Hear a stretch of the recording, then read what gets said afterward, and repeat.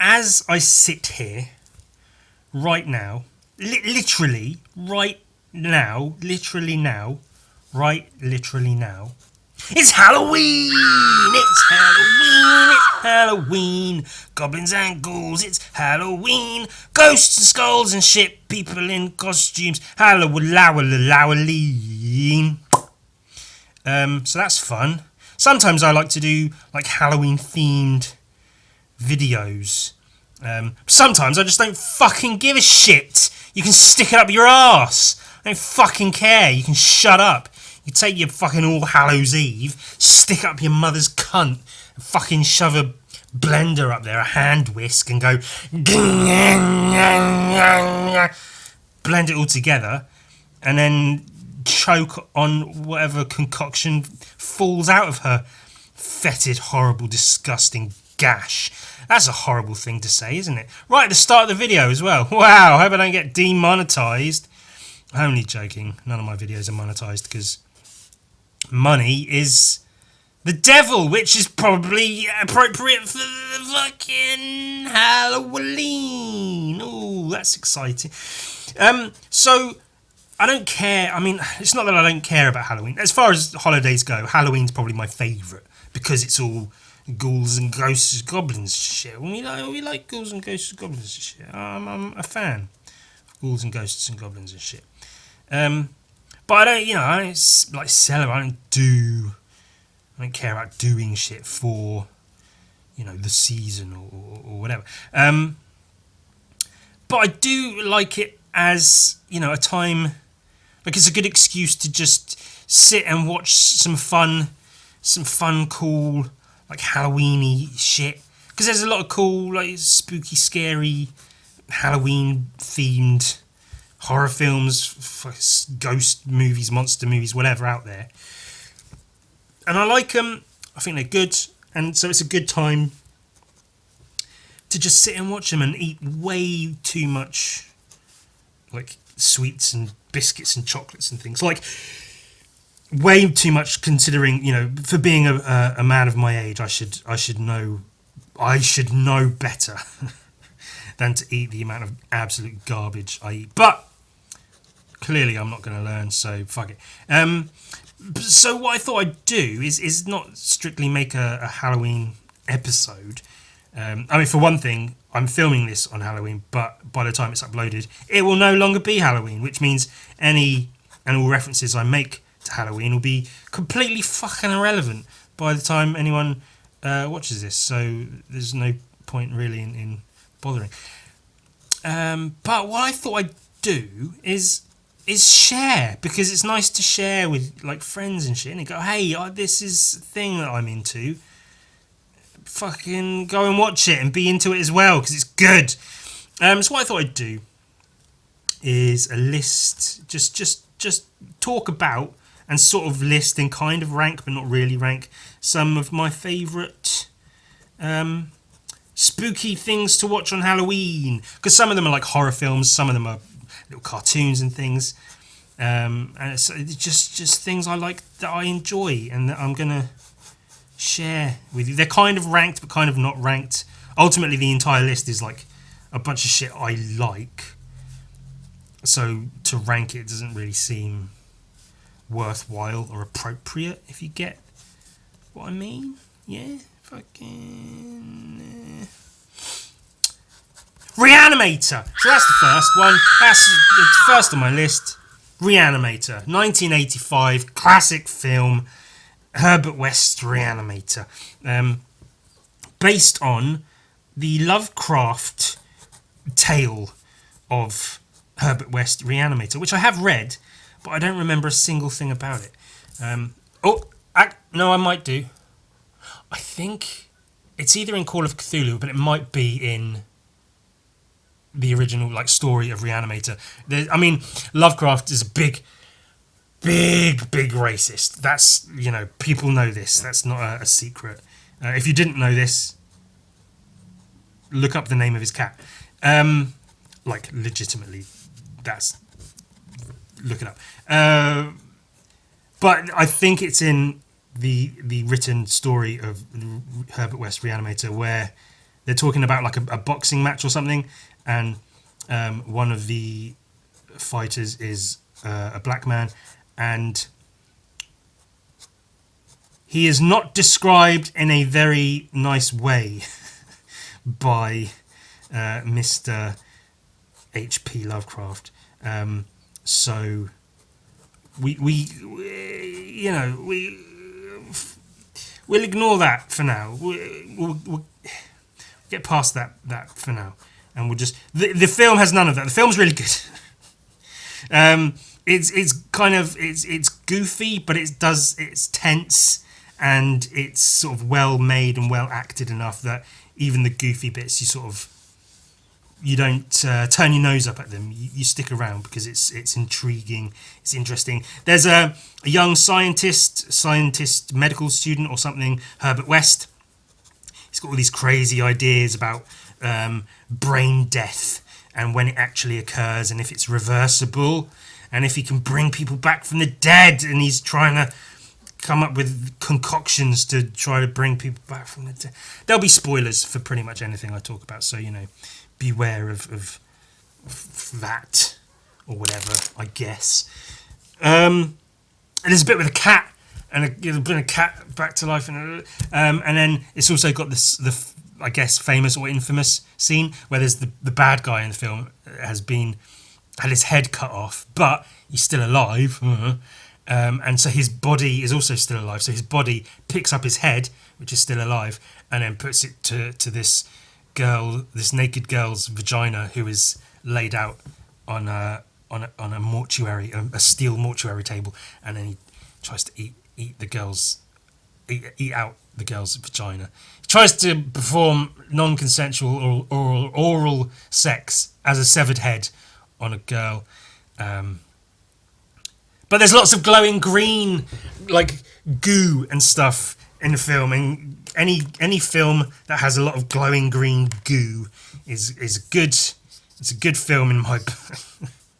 That's a sign of a good film. If it's got lots of glowing green goo, then it can't be that bad, even if it does have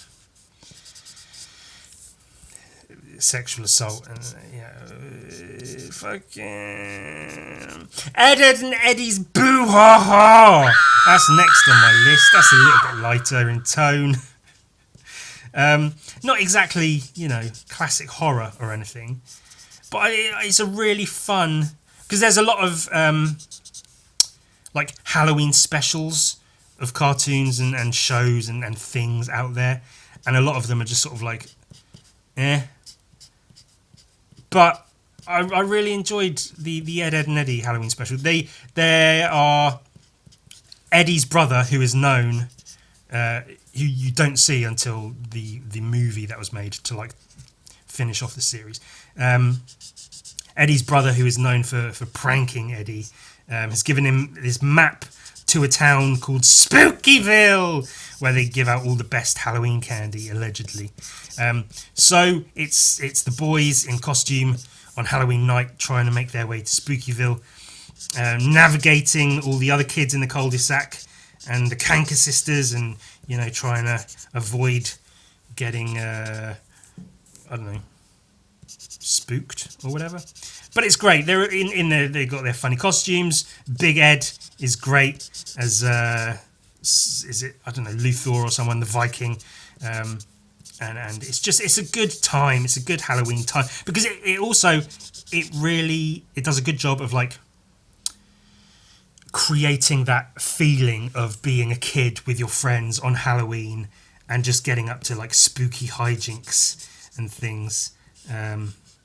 It's just fun, and Ed and Eddie's brilliant. It's a good cartoon, great animation. I love the animation of Ed and Eddie, the wobbly lines and all. It's really, really fun. It's always, for the longest time, it's been one of my favourite like Halloween special type things.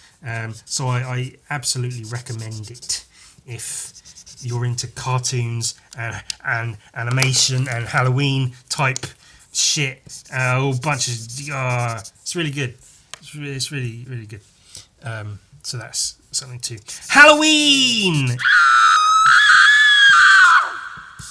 Halloween. That Halloween. The original Halloween film from 1988. One of my favourite horror films of all time, because it's so. I mean, to say it's a bit cliche, but it really did like not start necessarily, but it's definitely one of the original like slasher movies that so many films try to be. But it set the standard for a lot of things that came after it, and frankly, has one of the best opening scenes for a lot of films, not just horror films, but a lot of films in general. Spoilers, big fat spoilers for this one. So the film opens from the point of view of somebody in a house, and they're going through the house, and I think they either see a girl first or they see the girl afterwards. But there's a girl in there, and we're seeing from their point of view, from the person's point of view in the house. They go into the kitchen, pull a knife out the drawer, go upstairs into the girl's room. The girl's like doing her hair or whatever. She turns around, gets fucking knifed by this person. Fucking knifes her, and then the person goes down outside the house into the garden, and then you see two parents run up to the person and go, "What happened? What happened?" The camera turns around, shows you whose point of view we've been looking at. It's a child. I think he's in a clown costume or something, and it's, I guess, Halloween night, and it's young Michael. Is a child. He's just fucking knifed his sister or babysitter or something. It's been a long time since I've seen it, but that is so perfect in terms of setup and payoff, because you don't know it's a child. There are sort of like hints, but if you watch the film for the first time, you don't know it's a kid. And then it goes through the house, gets a knife, and he fucking stabs. And because it's Halloween, it's Michael Myers. You probably, as I did when I first watched it, I genuinely figured, oh, I guess that's Michael Myers going to go kill someone. And then the reveal when you see it's a kid, it's Michael Myers as a kid, which also is good because it shows you that like he's not some entity and he's not some monster or something. He's just a person who had this in him from a very young age. He was just basically born that way. He's just a fuck and he murders people. And that's the start of the film. The rest of the film is just sort of, with Laurie Strode, Jamie Lee Curtis, and he's Michael Myers just being spooky guy, killer knife man he is. It's a perfect like slasher film, perfect like horror Halloween film. As far as those films go, just brilliant. Also, what can make a good double feature actually is the recent Halloween movies are just about dog shit. But I think it's Halloween 2018 is really good. It's not perfect by any means, but I do think it's genuinely a good film, and it also works. Excuse me. It also works really well as like a Halloween, like a genuine Halloween sequel. Like if you watch the first Halloween from 1980, the year I was born. Wow. If you do that, and then, like I said, as a double feature straight away afterwards, watch Halloween 2018. They fit together really well because it's like almost like a beginning and an end of the story, kind of, depending on whatever. But yeah, I found that to be enjoyable. I wouldn't put, the 2018 one on a top list of movies or anything, but if you're looking for like a Halloween-y double feature kind of thing, that's a pretty good one to go for, I'd say, in my opinion, personally. Fucking whatevs. I don't know. ParaNorman is a really good one. I was really surprised by ParaNorman because I watched it on a complete whim. I didn't know what it was, but it had like zombies in it, and it was stop motion. That was the main thing that drew me to it. was it stop motion animation, which I have a large, great amount of love for. And the film itself is sort of okay. I should have put ParaNorman like above Halloween. I think I prefer Halloween to ParaNorman, but ParaNorman has the advantage of, like I say, being stop motion. If you look at all the sets and stuff, and the characters, the zombies, and whatever else, it just the love and care and attention that's gone into physically making all the shit that is in the film is really impressive. I'll always be impressed by good stop motion films. So that's, and the story is fun. It gets tense and emotional towards the end. Some bits going on. The characters are really funny. They're really like, they're characterful characters. It's not just person, as in, as you get in lots of films and things.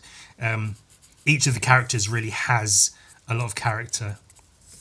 You've got the bully character who becomes kind of like friends with the main character in the end. You've got the jock who has a sort of bit of a twist to his character. The bitchy teenage sister who, and they all have arcs, and all their characters sort of like, go against each other, but then they have a reason to sort of work together later in the film. The zombies are cool, and the reason the zombies are there is quite fun and interesting. It's a really, it's a cool, fun film, and a spectacular feat of stop motion, animation, etc. It's a really fun looking film, fun to watch film. It's a good film. It's a good fun film. It's a good fun film. If you've not seen it, I do recommend all of these films I'm talking about. I don't necessarily expect people to go and watch all of them, but they're good. You should give them some time. I think I mentioned that like none of the things I'm mentioning are really like unknown art house cinema films or anything. They're all out there. They're all sort of probably basic level films and things, but they're things I enjoy. So I'm fucking talking about them because I want to. Shaun of the Dead, 2004. Again, this is another one that really like. None of this list is really ranked or tiered because they're all some of my favourites. Shaun of the Dead is one of the most perfect. Like, it's a perfect film in various ways because it works really well as a zombie film, and it's got genuine like drama and tension in it. But it also works really well as a comedy film because it is hilarious. The Simon Pegg, Nick Frost, Edgar Wright team from Spaced. If you know Spaced, if you don't know Spaced, fucking watch Spaced. It's impeccably written. The references, the repeating gags, the through lines, and whatever. The overarching story, the character development. It's a brilliant film. And it's one that I've seen far too many times because back in college with my friend Harvey, I think we watched it 4 times in one day because the DVD we had like I think 3 separate commentary tracks on it where it had the actors and then it had I think like Simon Pegg and Edgar Wright as a commentary, the Edgar Wright being the director, and then it had a commentary of people who played zombies in the film, like a few people, some of the more sort of well-known comedians or actors that happened to play zombies in the film. So me and my friend Harvey watched Shaun of the Dead, and then we watched Shaun of the Dead again with one commentary track, and then again with another commentary track, again with it. And I think we did watch it about 4 times in one day, just to soak up as much Shaun of the Dead as we possibly could, because it's that good. It really holds up to multiple viewings, and it's one of those films as well that like it doesn't just it's good enough that you can watch it again and again, but there's enough stuff in there that you will notice something new if you watch it a bunch of times. So it's yeah. I mean, to say Shaun of the Dead is a good film is really, not exactly a hot take, but it's a really good fucking film, and I like it, and it's on my list of cool fucking films that I like to watch around Halloween.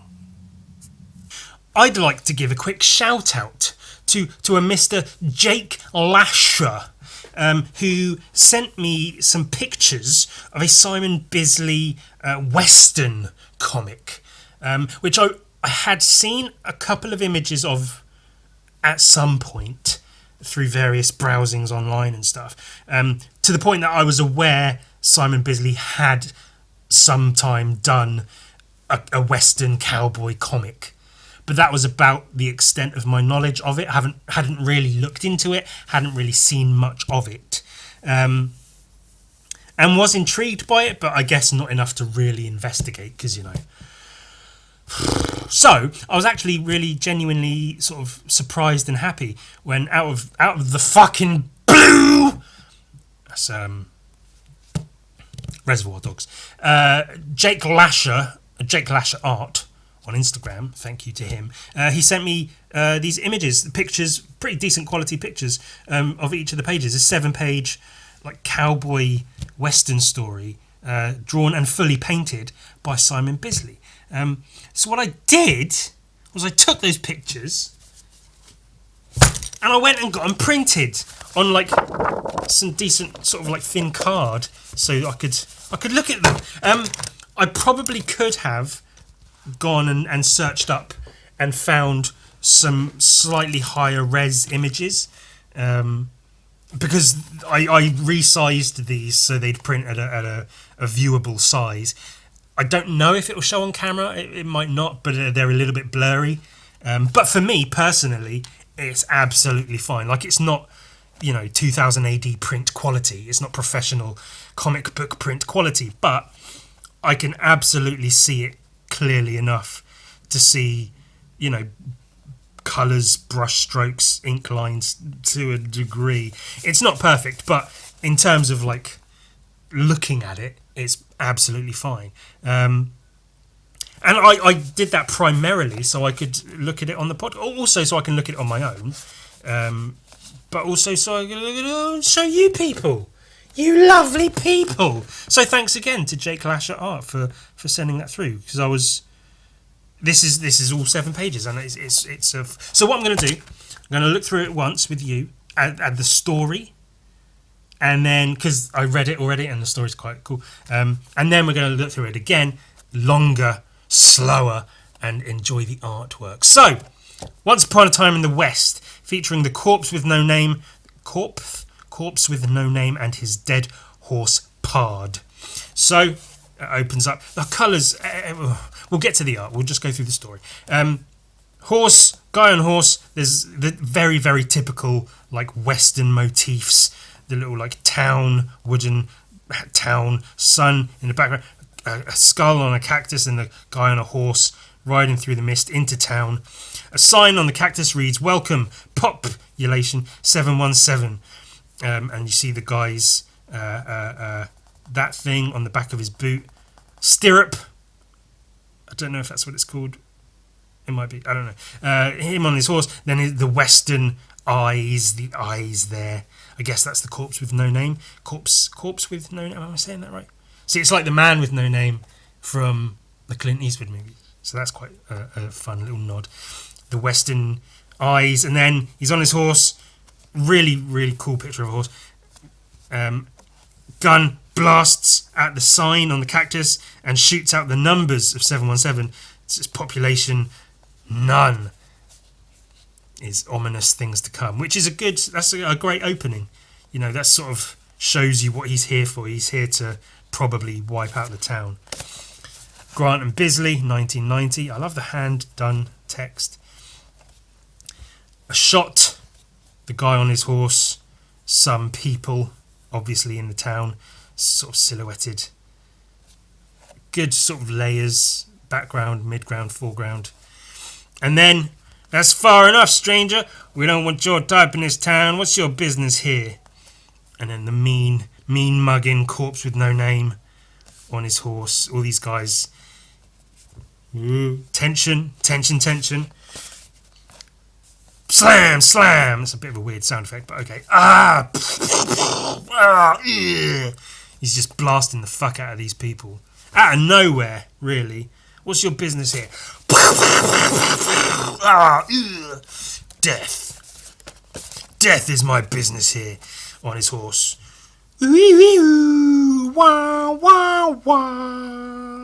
Blacksmith, the saloon. He chucks a grenade into the saloon. The grenade flies into the saloon. And the people there going, what the hell? Clonk. Blows up the saloon with a grenade. Which I like the... It's like his gun, for instance, is obviously a more modern gun. And he's got grenades, like modern-looking grenades. So it's not strictly Western, or if it is, he's like some sort of supernatural time traveller or something with slightly more modern technology in his weaponry. But it's cool. I guess this is the blacksmith. Comes out, you murdering maniac! I'll zunk! The horse kicks him with its back legs, bucks up and poof, kicks him away. You what, asshole? And then I guess he kicked him into the flaming saloon. So he's catching fire or whatever. So it's on fire. The priest goes, the whole town will go up. Form a chain, get those buckets moving. So they're under the water tower doing the thing of like passing buckets of water from person to person to try to put the fire out. But the corpse of no name shoots at the water tower. It collapses, splashes all over everyone. They can't put the fire out now. And then he's just blasting the fuck out of everybody. Bullet holes in the head. Face is torn off. Fucking spraying this guy's brains everywhere. Crazy massacre going on. And then he's there with this guy. The Undertaker. Where? Undertaker? Sure, he was in up to his scrawny neck. Now where is he? But we ain't got no Undertaker. Honest, mister, I swear. We used the guy over in Shooter's Creek. You mean this ain't Shooter's Creek? No, the Shooters is over the ridge. This is welcome. So you ain't the ones that's lynched my brother? Mister, we ain't lynched a soul in 20 years. Shit. Gets back on his horse. Sorry. And leaves. The end. So, evidently, he rode into town thinking this was the place that lynched his brother. So he kills everybody because it was the place that lynched his brother. Only to find out he's in the wrong place and he just killed an entire town of people that had nothing to do with the killing of his brother. And that's a really funny, like, that's quite a cool story. Like, there's tension going into it. You're like, he's just ridden into town. This is our main character, like our protagonist, I guess. Maybe we're supposed to root for him. And then he just starts senselessly, superfluously murdering everyone in this town. Death is my business. Maybe this town has done something wrong. Maybe there's some shit going on. Burns the place down, gets rid of the water tower, their means of putting the fire out. And then he's up to this guy looking for the Undertaker. I guess maybe that's the main person responsible for killing his brother.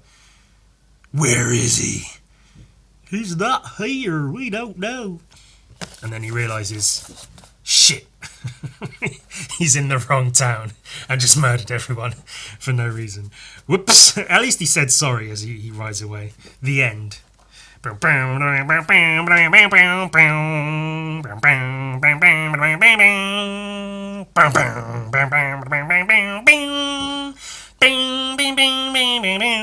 think I'm doing the Metal Gear Solid.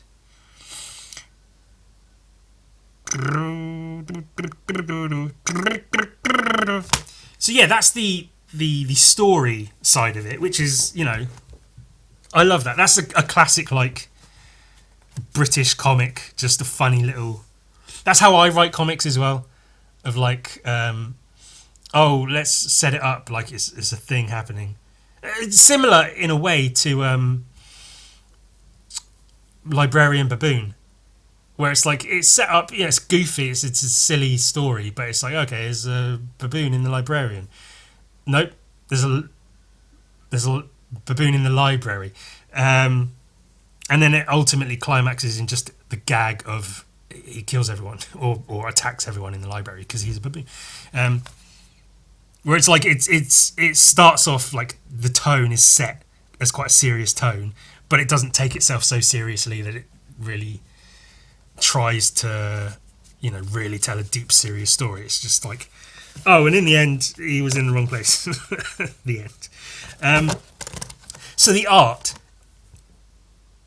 I would prefer to have like a proper full print version of this, and I'm aware. I think this is in something called Bisley's Scrapbook, which is like a printed thing that has this story and a few others and some pin-ups and stuff. And it looks like that might be available at a fairly reasonable price. I might be able to get hold of a copy of that. But until then, I mean, I'm happy to look at this for whatever, whatever quality it's at. That's a great opening shot, and there's no like heavy blacks, so it feels slightly muted compared to the rest of it. So it's quite a misty opening scene, almost a panoramic shot. You've got the town, the horseman riding into it, a skull, the cactus, every element you need to open like a classic Western story. And then again, the Western spaghetti Western motif of the shot on the eyes with the brim of the hat keeping them in shadow. And you can see he's got no pupils, so as he is the corpse with no name, he's obviously some undead raider or something. Sign on the cactus, whatever. This is such a gorgeous shot. Maybe I will find a higher res image of just this panel at least and put it up on screen, because it's so nice. And this is, it's 1990, so this is Bisley at his best, at his absolute best. It was around this time, and this is such a perfect example of that. The detail in like the creases in the coat, and the horse, the details in the horse's muscles, like tendons and stuff, and the horse itself, the shape of the horse, its head, it feels so solid and strong as it's galloping along. The details in the wispy hair and the torn parts of the jacket, the coat, and the tone of it as well. It's not just like brown, it's really like really heavily highlighted, or much brighter at least here, and it gets darker here, but it gives a really there's something about the way it's lit which gives it a really sort of rich tone to his coat, which I really, really like. It's just such a gorgeous shot with the face in shadow, and I mean the shadow in general in the front of the guy, and the back's lit up and it's floating outwards, floating whatever. That's just such a nice painting, just that with the gun. The gun is silly, but like I like it for that. It's like it's in the old West. He's got this fucking futuristic looking machine gun. But yeah, so I really like that. I love this shot here. Almost abstract shapes, just to show like he's in a town. You've got the hitching post and the buildings, the sun there. So it's lit from like above, so these guys being in silhouette makes sense. And that's, yeah, like I said, background, midground, foreground. You've got all the elements you need to show him riding into town with the townspeople watching on, curiously, wondering what he's up to. Also, I love how, I don't know if it was, I assume it was printed like this because it's got all the text and stuff, but I love the borders of the page where it's got like the spray paint or whatever he was using, the washes of paint that he's put over the entire thing, and the sprays and splats he's used to give texture to it that he's then painted on top of. I really, really like that. This is another super nice painting. It almost looks quite different to that, but I guess you can put it down to lighting and tone and stuff.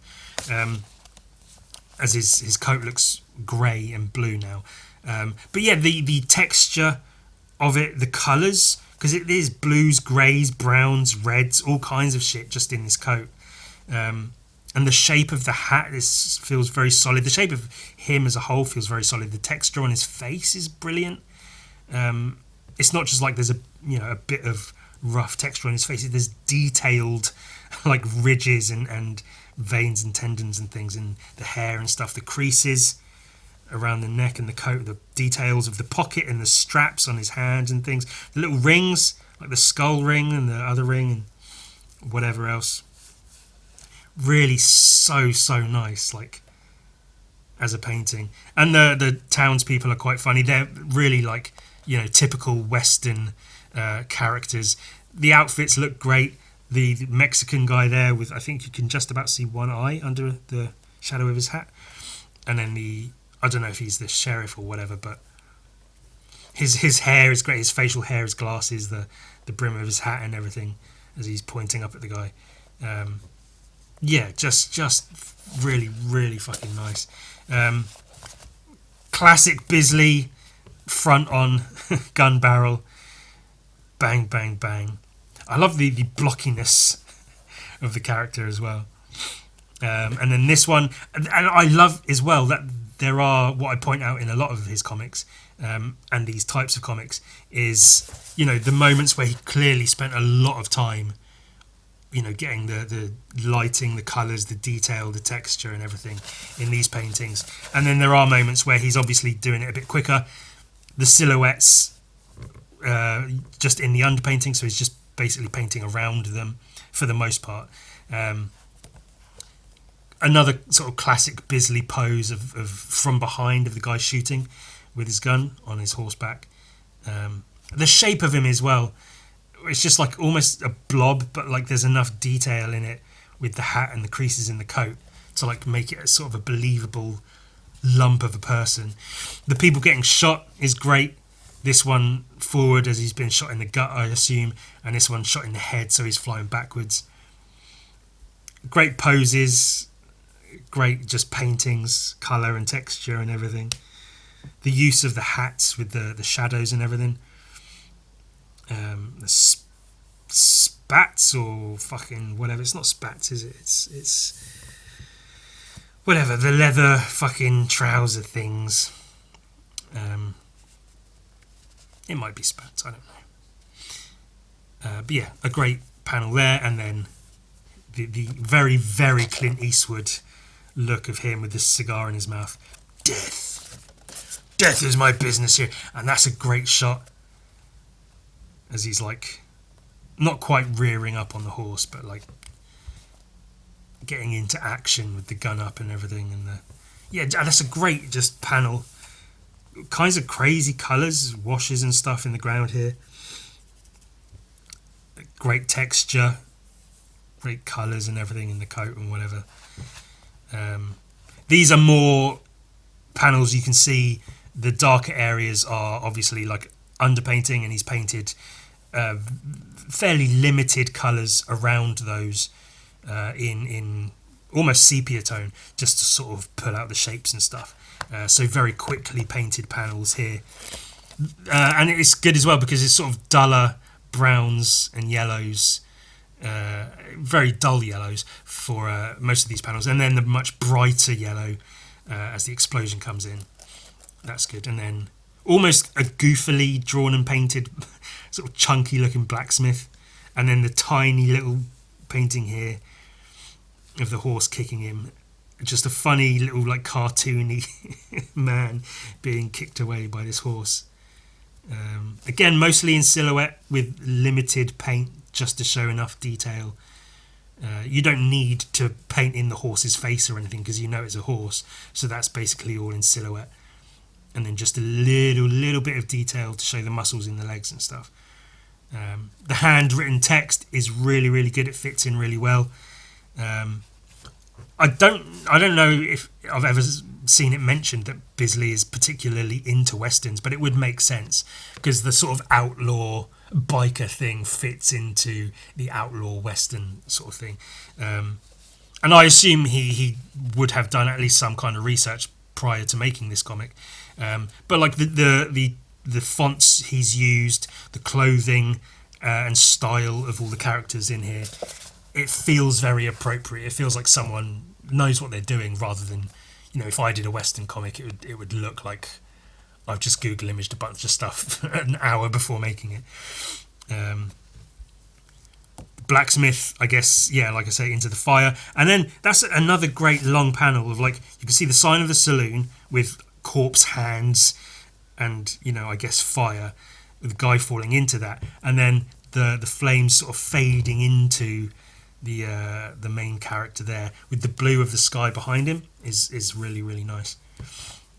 A nice few shots, almost like a double shot of the water tower up, and then the water tower coming down, and then the water tower having collapsed. So actually it's 3 shots, and he's there shooting it, and then his cloak, his coat or whatever is swooshing as he's riding away from it. He's done his job here, so now he's off. All the tiny little drawing and paintings of the townspeople there. Skloosh. And a great, like, action pose. Good pose, fun guns. Love this. Just the red mist of this guy's head being obliterated, and then just dead people in the foreground. Piles of bodies. I love a good pile of bodies. That's always fun. Really, really cool. And then heading towards the end, I think you can see thicker paint, less detail, just these, because the bulk of it is done in the first few pages. So by the time he's getting towards the end few pages, it's like you don't need to be putting in all that much detail. If you look, the detail in that compared to the detail in that is like less than 50% detail in this one. But like you're getting towards the end, just quickly put in enough detail, just a bit of the coat, enough paint to show this guy, and you can see it's thicker, blotchier paint in these pieces, so he is taking a bit less time to refine everything, but it's perfectly fine. It's all good. Another nice, very Clint Eastwood face. And then it looks like he's putting his guns away, because he's like, you're not the people I'm looking for. And good, like, again, almost abstract shapes and colours, just to sort of imply the town or whatever, and maybe even that it's still on fire. Good colours overall, like a yellow sort of swash in the middle there, with sort of darker patches around the outsides. And in the end, a good Simon Bisley side profile for the end bit. Spits out his cigar, hops up on his horse, very, very quickly painted, just paint, blotches, bit of spray. This is all underpainting except for the hat. That's all underpainting apart from a couple of items of clothing, a little bit of detail in a face. You can see it's really quickly painted right at the end. Underpainting for the lettering, just paint yellow around it. Same for the horse. And it's done. But yeah, if you look at the amount of detail between the difference in detail from the start to the finish of it is really noticeable. But like I say, not in a way that should diminish the quality or the enjoyment of the comic overall. Yeah, really, really fun. I really like. Thanks again to Jake for sending those over out of nowhere. So that was really, really cool. I enjoyed looking through it. I enjoyed the story. The artwork is just fantastic. I may have to track down, if not higher res images, then at least if not a copy of the thing it's printed in, then at least maybe some higher res images to look at, because that's really fucking cool. The Simpsons Tree House of Horror, specifically the early ones from, I think, if my small amount of research is correct, from around 1991 to 1997, the early years of the Simpsons Treehouse of Horror Halloween special episodes. Because the later ones just started being just referencing movies and stuff, like any fucking Avatar and stuff. Like, what's Halloween about fucking Avatar? Whereas the originals, it was horror films, not just referencing horror films, but like parodying and satirizing horror films in a fun and intelligent way.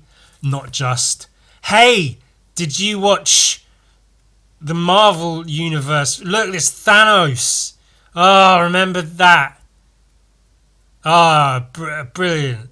Whereas Los Simpsons from back in the day, Treehouse of Horror, Bad Dream House, that was like a poltergeist one, and they were all going to murder each other in the house they were staying in. Hungry are the damned. They get abducted by aliens and they're going to get eaten, but then they don't, or something. I don't really remember that one too well. The Raven. That was a cool, like, you know, a parody, almost a straight parody of straight copy or whatever of Edgar Allan Poe's The Raven, but like it's Homer and Bart, and so there's just something funny about that. Just Homer getting angry at Bart the Crow, which makes sense in the context of The Simpsons, and it's a neat little like retelling of The Crow. Treehouse of Horror 2. I believe they started season 2 had the first Treehouse of Horror. So Treehouse of Horror 1 is in season 2, 2 is in season 3, etc., etc. This is the one. I like that they usually all of the mini episodes, because it's 3 mini sort of stories within one episode, and they're often built around like the kids have been trick-or-treating, let's all tell ghost stories, or they've been trick-or-treating, they're eating loads of candy and it's giving them nightmares, or they're not going trick-or-treating, they're staying in and telling ghost stories, that kind of thing. So it's built around Halloween, so it starts with like a Halloween vibe, and then it goes into these different scary, spooky stories. Lisa's nightmare was the magic monkey's paw. People make wishes and then they all go wrong. Wikang and Kodos invade, and then Flanders gets hold of it and his life is just brilliant with the monkey's paw. Bart's nightmare, the boy who could read the minds of people and control people with his mind. So everyone was really scared of him and being really nice to him the whole time. And he turned his dad into a jack-in-the-box. And that's funny because for Bart, the scariest part of that is when him and Homer end up becoming much closer, and he decides to turn his dad back into a human, and they like make up and hug and whatever, and that's when Bart wakes up screaming in a cold sweat when him and his dad are having a nice wholesome father-son moment. And Homer's nightmare, when they take his brain out to make a robot for something, and then the episode ends with him having Mr. Burns' head grafted onto his body after Mr. Burns gets crushed by the robot that has Homer's brain in it. Treehouse of Horror 3, there's a King Kong parody, the Clown Without Pity with the killer Krusty the Clown doll. That's a brilliant episode. Dial Z for Zombie, brilliant little zombie adventure horror mini episode. I think that's the one with Zombie Flanders. Dad, you just killed Zombie Flanders. He was a zombie? That's just it's a perfect Simpsons zombies little Halloween special. You can't go wrong with that. There's a Bram Stoker's Dracula parody in number 4. The Devil and Homer Simpson, I think that's the one where he gets the donut on his head at the end of it, which is very, very funny. The Dracula episode is really funny. They're all vampires at the end. Nightmare at 5.5 Feet, the parody of I think it's the Twilight Zone episode with William Shatner. where there's an imp on the side of a plane or something.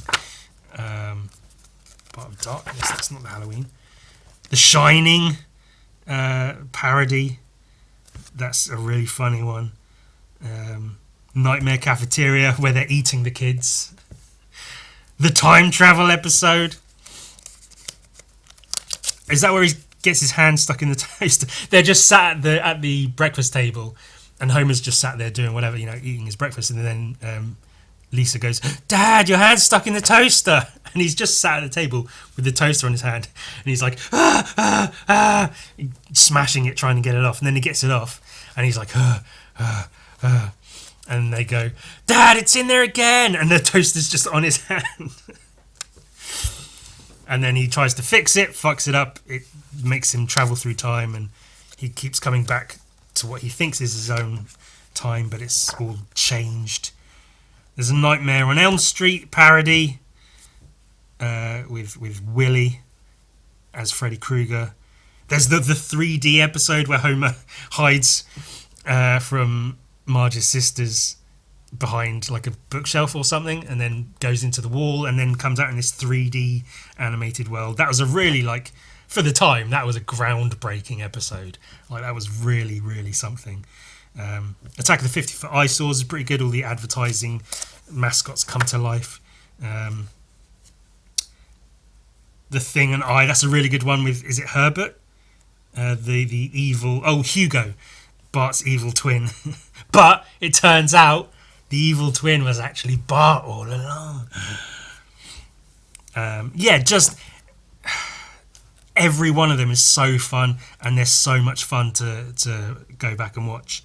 And it makes for a great Halloween view. You could watch each of those. It's 20 minutes long, 6 episodes. It's a couple of hours. It's basically a movie of all these little mini Halloween episodes of The Simpsons, of the classic Simpsons when it was good. Absolutely are and will be some of my favourite Halloween themed media pieces forever and ever and ever. Cannot go wrong with that shit.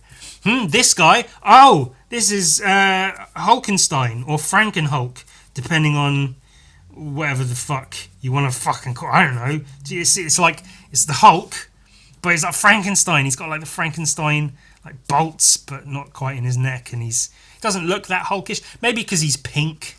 For some reason, I thought it would be good to draw him pink. There's no reason for that other than I like pink, don't I? So I drew him in pink. I might do a better painted version of this, and he'll be green with some spooky turquoise, orange, purple lighting. See, this arm is stitched on. It's from somewhere else. He's got stitches here and here. He's made out of different parts, and he's like the Frankenstein, but he's also the Hulk, the Franken Hulk, the Incredible Hulkenstein, the Hulkamania. Yeah, whatever. 28 days later. That's the next item on our listity Lulu. 28 days later. Fucking impeccable film. Absolutely brilliant. Not a zombie film. Not a zombie film. I've actually seen it recently be mentioned in some videos by people, I don't even remember who, and they call it a zombie film, and it's just... See, because zombies are people who have died and their corpses have risen from being died, and now they run around or walk or stumble or sometimes run around eating the living. The people, the things, the enemies, the antagonists in 28 Days Later are living, they're alive, but they're infected with rage. So they run around. Did you know dancers played the infected people in 28 Days Later because they needed them to be able to run around and shit, so they hired dancers to play. That's quite cool, isn't it? They're living. They're alive. They are alive people. They are not zombies. Although that said, there could be an argument to be made in that one sort of term for a zombie is, somebody that has no control over themselves. They are moving whilst being controlled by another force, an outer or maybe internal force, such as a virus like rage. So you can make the argument, and like voodoo zombies as well. Those aren't dead people strictly. They are people who are being affected by voodoo magic to carry out the wills of the people turning them into zombies. So yeah, like I say, the argument could be made that the infected beings in 28 Days Later are in fact zombies. But in terms of movie monsters and villains and stuff, they're not fucking anyway. Fucking spectacular film. The tone is set immediately when you see is it Killian Bajillion Murphy in the hospital, when you see his penis and everything laid up in that hospital bed, and then the scenes where he's out on the streets of London, which, I mean, that's fantastic enough. The fact that they were able to find times of the day when London had no one fucking in it, certain streets or whatever, they were able to film parts of London completely vacant of people. Because to my understanding, they didn't like cordon off areas so that they could film. They had to go and film at certain times when there were no people around. So that must have been really fucking difficult to get done. So that's impressive. But yeah, just overall the tone and atmosphere of the film from start to finish is just so intense. Like every time, right from the start, they're constantly being chased down by the infected. He gets to a place, they have to move because the infected are coming after them. They get to a place, have to move because the infected are coming after them, and just on, and nowhere's safe. And then they get to somewhere where they think they're safe with the army, but then the army fuck them over, and it's just one thing after another. There's just no fucking respite.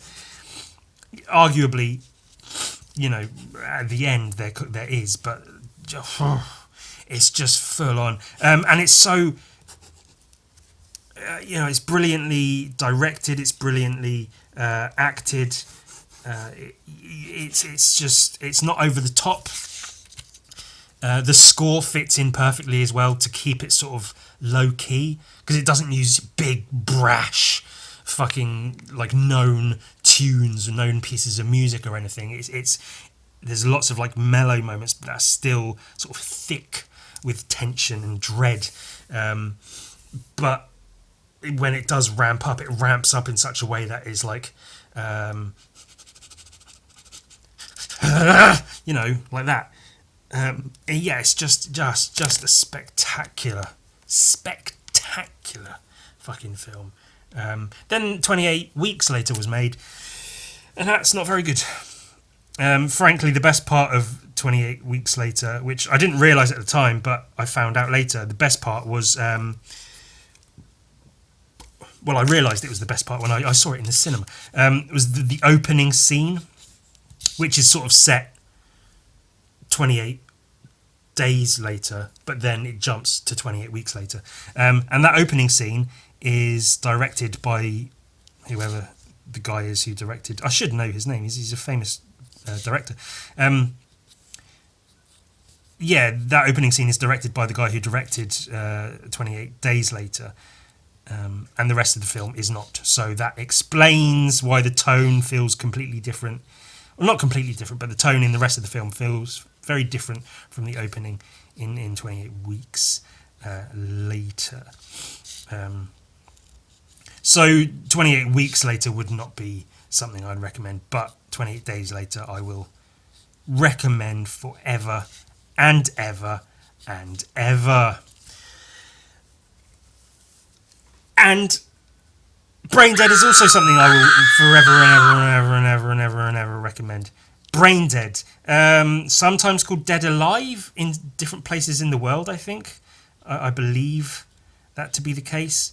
I'm not entirely sure why. It's just one of those things in it. Different markets, different fucking bunch of shit. Peter Jackson of Lord of Rings fame. He used to make a bunch of crazy fucking fucked up, bizarre, really out there films. Meet the Feebles, I think that's the title of it. Bad Taste and others. Just crazy, creative, off the wall, funny, violent, crass movies that he used to make. And the fact that he ended up making Lord of the Rings is so bizarre when you see his older sort of catalogue of films that he's done. But Brain Dead is by far my favourite of those. Absolutely one of my all-time favourite films of all time. It's a zombie film, but like it really doesn't feel remotely like stereotypical. Like a lot of zombie films feel like zombie films, but this one feels like its own beast, completely its own thing. How to describe it? It's just fucking bananas. It's really creative, lots of cool practical effects and things. And one thing it does have going for it, which I believe I mentioned earlier, with ParaNorman, is that, again, every character has so much character. There's a doctor character where the main character, our protagonist, Lyle, is that his name? So around him, everyone's dying around him and turning into zombies, but he's trying to like stop it somehow. He doesn't know how, so he like ties them up and tries to sedate them and feed them and whatever, and hilarious circumstances ensue. And so he goes to get a strong sedative from a doctor so that he can sedate these zombies. And the doctor is only in the film for a couple of minutes in this one single scene, and then you never see him again. But it's revealed through various means that he is a Nazi. And it just doesn't play into the film at all. There's no reason for him to be a Nazi. It's just added character. Like the guy who will sell you curiously strong sedatives for whatever you need them for, he's going to be a bit of a creep and a weirdo. That's a given. That's fine. He doesn't need to be a Nazi, but they made him a Nazi just because. And that's the same with every character. Like every character in the film is fucking bananas in some kind of way.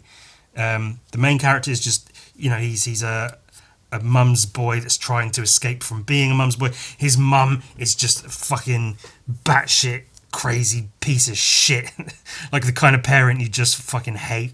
The love interest is fucking cuckoo bananas.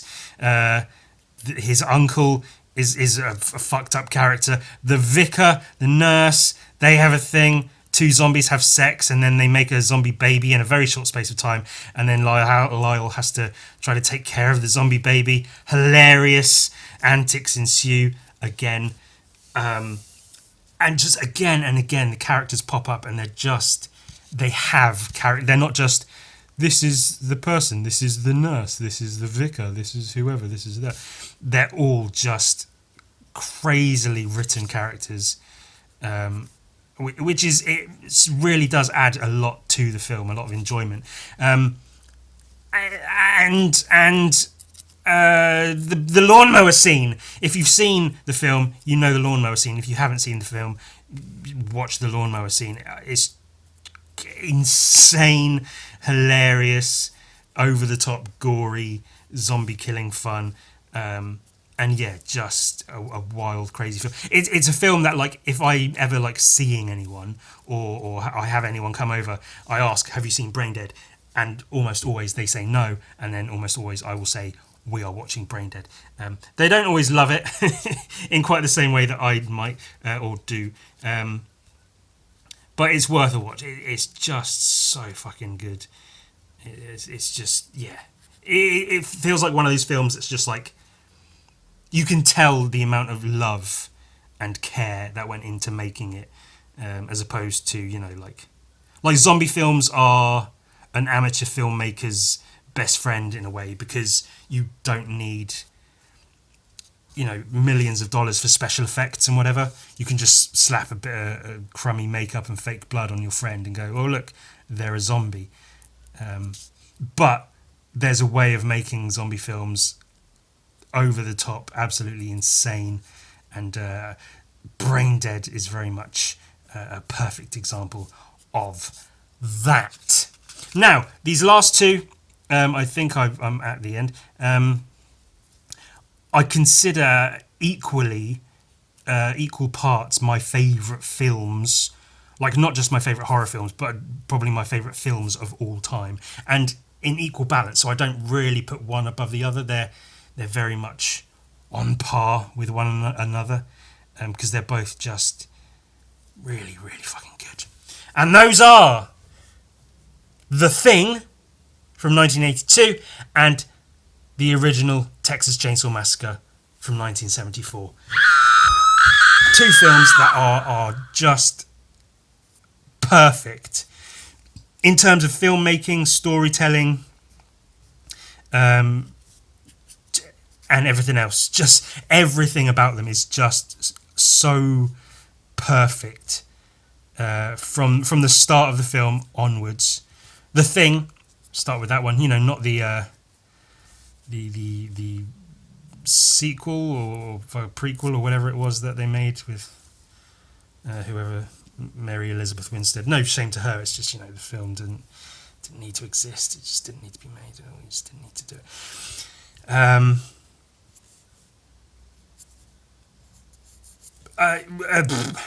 I mean, what even is there to say? It's The Thing. It's one of the greatest fucking films ever made. And that's even outside of the obvious, like, practical special effects. All the creatures, the monsters, the aliens, the chest, see where the chest opens and and his arms, and then his arms come off, and fucking a little bit dodgy with that stop motion bit towards the end, but you know, we can forgive it for that. Just fucking the sense of dread and threat throughout, right from the start. The foreign guy shooting at the dog, and they think that's, why is that happening? And then they bring the dog in, and the dog's a bit weird, and then it just fucking accelerates from there on. Just gets fucking more and more tense and intense and dramatic, and it's just all the characters are great. Again, they're all defined characters. There's a lot of films, I mean, old and new films, but there are a lot of films out there where you can almost forget, like, or lose track of who's who, like which character's which, when they cast, like, handsome brunette male number 1, handsome brunette male number 2, number 3, handsome brunette female, or attractive female 1, attractive female 2, and they all just blend together, and you don't know who the fuck's who in quite a lot of films that happens in. But something like The Thing, that does not happen in, because everyone is a defined character. They all have very clearly defined roles. They all play the roles very, very well, the actors. And they're all great actors in these films as well. I mean, it's The Thing, isn't it? Like, just literally one of the best fucking films ever made. And like I say, best horror films, but also best films. Like, and John Carpenter, who also made the original Halloween. So you've got a couple of him showing up here, because these films are just that good. It really was like when people really cared about making films. And I mean, you can see that in, obviously, the practical effects. That's an obvious thing to mention when talking about The Thing. But just in general, all the way through that film, the every step of the way, every step of the film leads into the next part of the film in a way that makes sense, and in a way that continues to build the story and build the tension. It doesn't jump around. It doesn't over-explain anything. It doesn't leave anything unexplained. It's just everything you need is right there, and it's just fucking brilliant. And I can say the exact same thing about the original Texas Chainsaw Massacre from 1974. Again, right from the start, they have a reason for being where they are. They have a reason for going where they're going to get to the massacre house. There's a reason they're there. There's a reason another one goes there. Then there's a reason all the events happen. Everything unfolds in a natural, sensible way, and it's all terrifying. And the Texas Chainsaw Massacre feels so horrible and sweaty and dirty, and that's so, like, it's so difficult. It must be difficult to do that when making films, to actually have them, feel almost physically like dirty or whatever, because you can, color tone, color shift or whatever your films as much as you want, but if you don't make it in such a way that it's believable, it's not going to really feel like that. But Texas Chainsaw Massacre did that perfectly, and that might even be down to like budget reasons and just the time and the way they were making it. It may not have been fully a choice to make it appear that way, but I'm sure it was. But just really, really fucking incredibly well done. And another film where the threat just constantly there, and the film's called Texas Chainsaw Massacre. Like, the first time you see the thing, I don't think I really knew quite what I was stepping into when I first saw it. It's called The Thing. I don't know if it's aliens or if it's some like spooky monster or whatever. But then it's gradually revealed, and I had to watch it a couple of times to actually understand it. But it is gradually revealed what's going on throughout the film. And then Texas Chainsaw Massacre, it's called Texas Chainsaw Massacre. Like, what's up. You've probably seen something of Leatherface if you haven't seen the film. But it doesn't just straight out of the gate go, it's the guy with a chainsaw, run away. Like, it builds up to that point, and it's incredibly satisfying and horrifying as it does that throughout the movie. And I recently, actually, or last year, I was fortunate enough to be able to go see it at a cinema that was showing it in London, at a small independent theatre. And I didn't realise, because mostly I'd only really seen it on like a laptop screen. And so I really hadn't realised how just full on it is. And like, there's almost always some kind of noise, very little soundtrack. In fact, almost no soundtrack, I think. But there's constantly some kind of noise, either like the buzzing of flies or the humming of just like general atmosphere, or the buzzing of bugs, or the clanging of something, or the chainsaw noise, or screaming. There's so much like screaming in it. There's always some kind of noise, and it just feels so full on when you're in a cinema and it's just pounding at you. And it really is like, that was quite an experience, and I was so glad that I was able to see it in the cinema, because it really does, like, and how many films can you say that really have that kind of effect, where you come away from it feeling like almost exhausted from the experience of watching, and in a good way, because like the Marvel films and stuff, I feel exhausted watching those just because it's a constant, like, it's constant noise, but not in an atmospheric, like, artistic way. It's just fucking fights and explodes like Transformers and stuff. Just fucking, it's just noise.